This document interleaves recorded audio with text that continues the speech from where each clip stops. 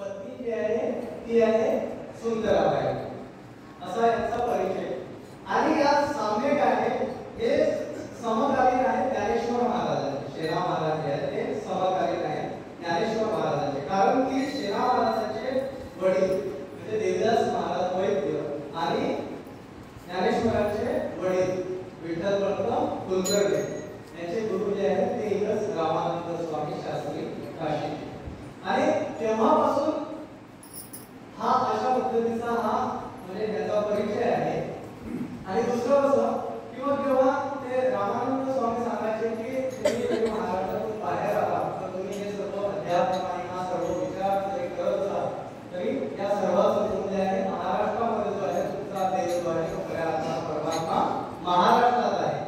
मात्र हे चाकरी करत असताना उदय शिंद्याची चाकरी जेव्हा करत होते म्हणजे त्याचं शिक्षण झालं विठ्ठलपंतांचं इकडे झालं आणि ते महाराष्ट्रात निघून आले आणि देवीदासांचं झालं तेव्हा ते बालकेला परत निघून आले. मात्र त्याचा वृद्धापकाळ जवळ आला आणि इकडे उदय सिंगांच्या ऐवजी त्या राजगाडीकरांचा मुलगा रामसिंग, मी बांधवगडच्या राजाची गोष्ट सांगतोय, त्याच्या चाकरीमध्ये असलेले श्रीराम महाराज.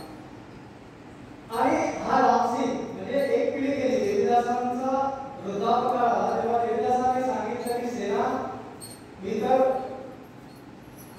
एवढ्या वर्षाचा जाऊ शकतो नाही पंढरपूरला, मात्र तू एक काम कर तू पंढरपूरला जा आणि त्या पंढरपूरच्या पांडुरंगाचं दर्शन घ्या आणि स्वतःला कृतार्थ करून घे.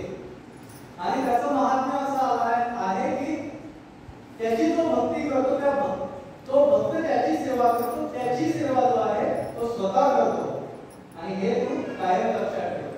इकडे देवीदासांचं निधन झालं आणि फुल फ्लेज मध्ये जो आहे ते संत शेरा महाराज जे आहे ते रामसिंगांच्या दरबारामध्ये काम करायला सुरुवात झाली. आता रामसिंग हा काही व्यवहाराने चांगला होता, म्हणजे चिडचिडा स्वभावाचा असतो. आपल्या घरात त्याचे लोक असतात, माझे लोक आपल्या बरोबर आहेत का? आहेत का?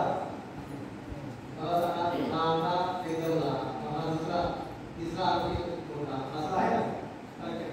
माझ्याकडे सगळे लोक एकत्र आपल्या काहीतरी चमत्कार करतात, ते काहीतरी काम करते आणि एक कोणतं आपण आवाजाचा प्रयत्न केला हे होतं.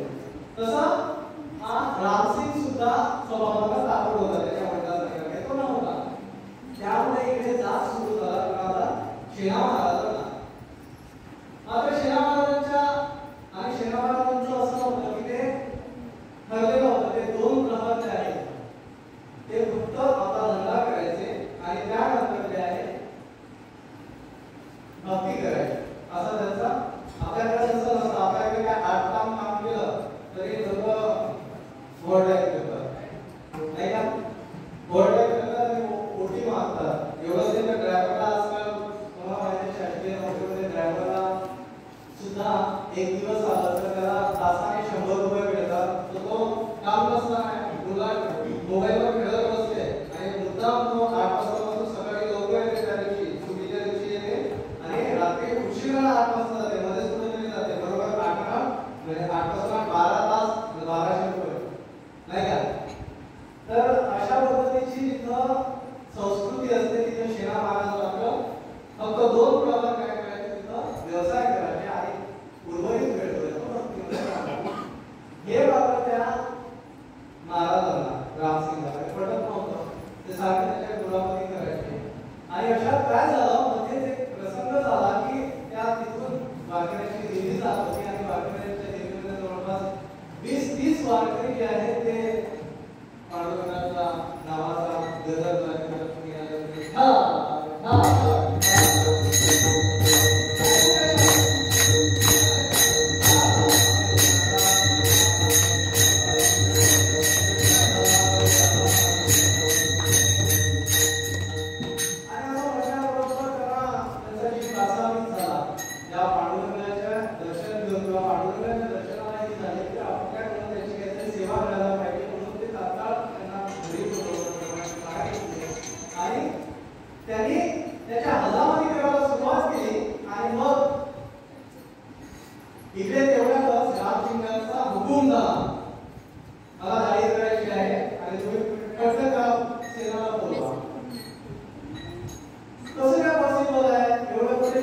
वारकरी आले त्यांची हजामत करायची आहे. तो सेना महाराज आहेत ते त्यांच्या सेवेत होते आणि अशाच राजा फरमान करतो.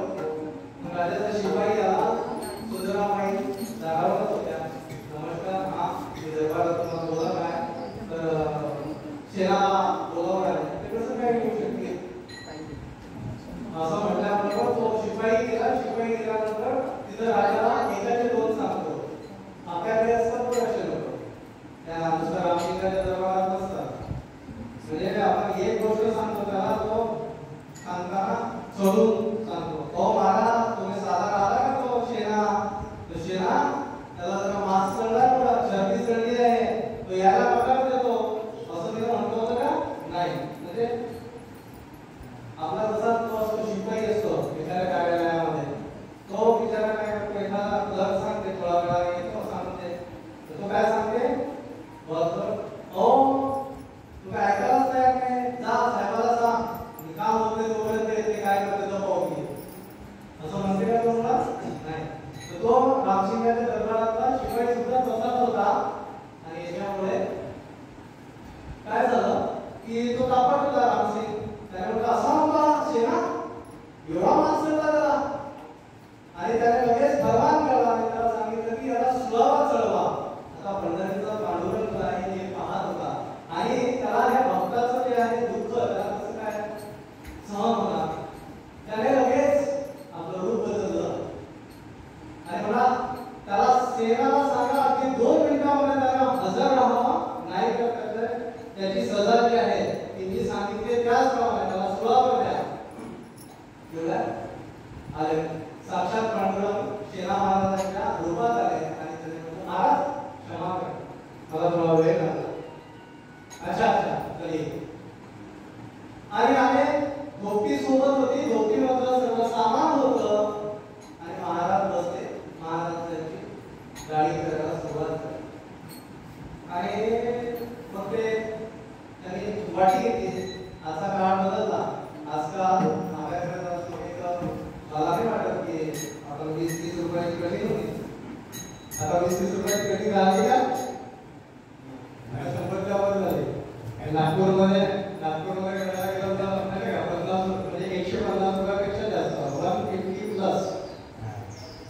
आता म्हणजे पुढे झालं तर ते सुख आहे 50 रुपयातच करून ठेवले तर ते कधीतरी भाव राहतो असो. तर मग त्यांनी ते आणि आजकाल स्टँडर्डाइज झालं स्टँडर्डाइज आहे सर्व मोम बीम असं तसं असते मस्त ते बारीक करून त्याचे वेगळे कटिंग केल्यानंतर लगेच तयार असतं. कोणाचं अपमान नाही करत, कोणाला काही दूषण नाही देत. तर त्याने मग ते सर्व आजकाल सगळी किट असते अशी मस्त म्हणजे पेडिक्युअर करून देऊ का, अमुक करून देऊ का, टॉप करून देऊ का, थोडा फेशियल करून देऊ का, हे किट माझ्यावर हे याच्यापेक्षा स्टँडर्ड आहे आजचा जमाना आहे. पण तत्कालीन आणि ते साक्षात परमेश्वर त्याने अशी वाटी काढली. तुम्हाला माहिती आहे बहुतेक जणांनी हा वाटीचाही आनंद घेतला असेल.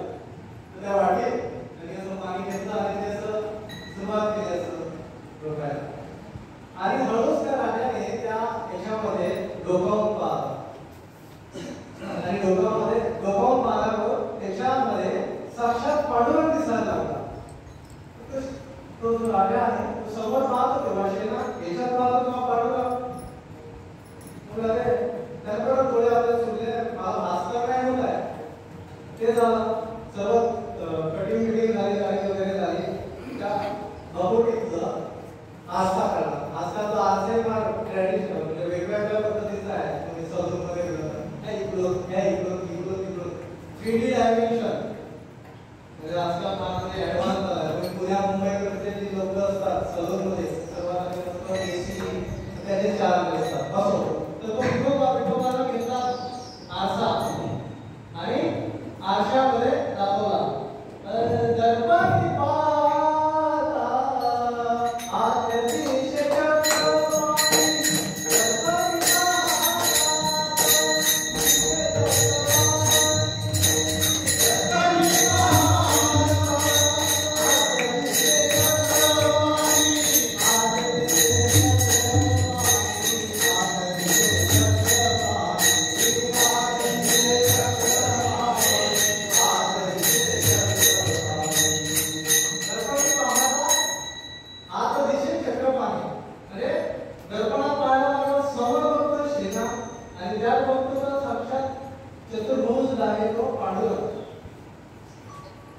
आणि मग एवढं करून बरं येतो महाराज असं करून पांडुरंग निघून गेले आणि तिकडे